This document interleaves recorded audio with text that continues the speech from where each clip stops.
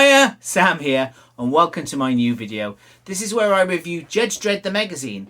I take a copy, open it up for you on camera, and have a look at it and tell you what I think. There will be plenty of spoilers, so if you haven't got your copy of the magazine, stop right now, read it, and come back.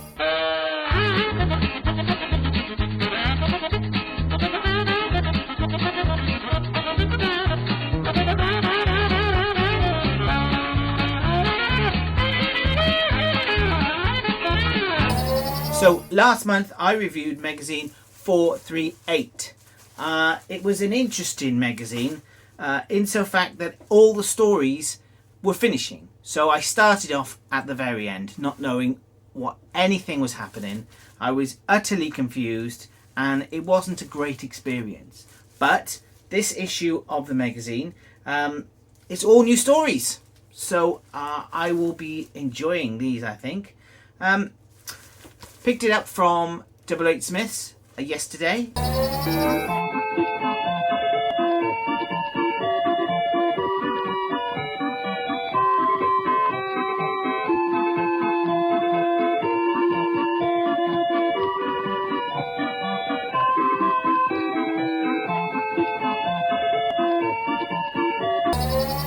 Yeah, I always do that. I always put the magazine and the prog to the front of the shelf.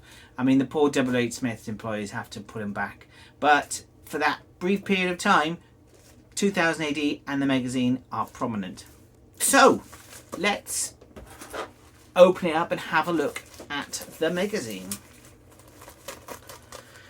It's Christmas soon, so I hope you guys are going to have a good Christmas. Check out my Christmas 2000 AD review. There's a link up here. There's a lot more Christmas stuff in it than here. I couldn't be bothered doing Christmas stuff for this. Right, okay, let's have a look at the magazine. Get the old glasses on. Right, here we go. Well, it is Christmas, so there's Dredd in the snow. Snow Mercy. The ice-cold megacity cop targets Christmas crime. New stories start inside. Yeah, I said there were new stories. Lawless Death Cap. Isn't that a mushroom? Surfer and Diamond Dogs. And also you get the extra thing, which is Christmas is Cancelled. This is a very Christmas-centric magazine, which looks like reprints of all the Judge Dredd Christmas stories. Right, okay. Let's dive in and have a look inside the magazine. Hey kids, always remember to compost your magazine bag. Okay, so let's have a look inside this magazine. So, of course, we've got the sect control information page. And first off, we've got Judge Dredd Savior by Ken Nyman and Steve Austin. Steve Austin, not that one.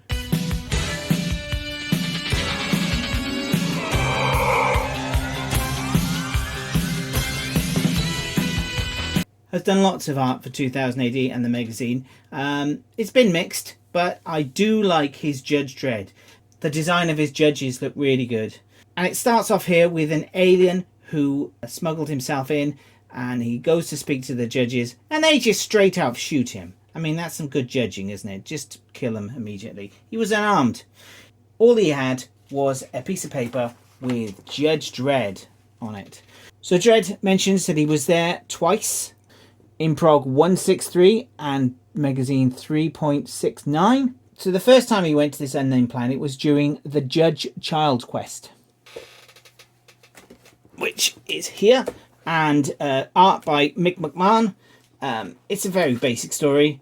Dredd goes to this planet and leaves a lasting impression, so they start painting pictures of him on the wall. And the next time is during a story called Dead Ringers, with art by Ben Oliver, where he returns then to chase up a perp.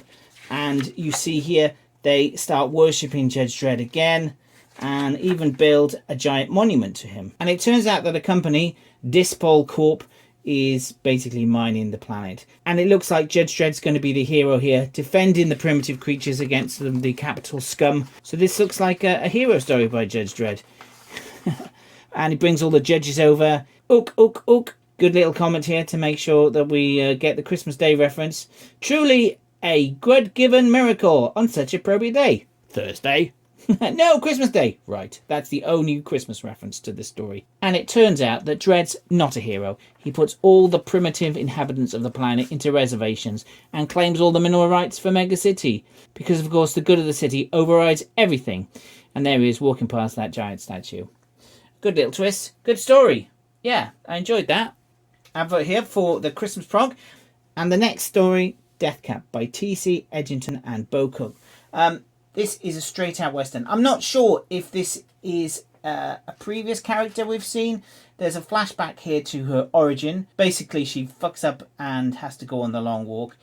Is this a character we've seen before? I don't know whether it's a continuation of a story, but it doesn't matter because this flashback is pretty clear.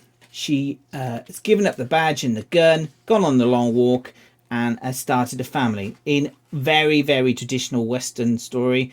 The bad guys turn up.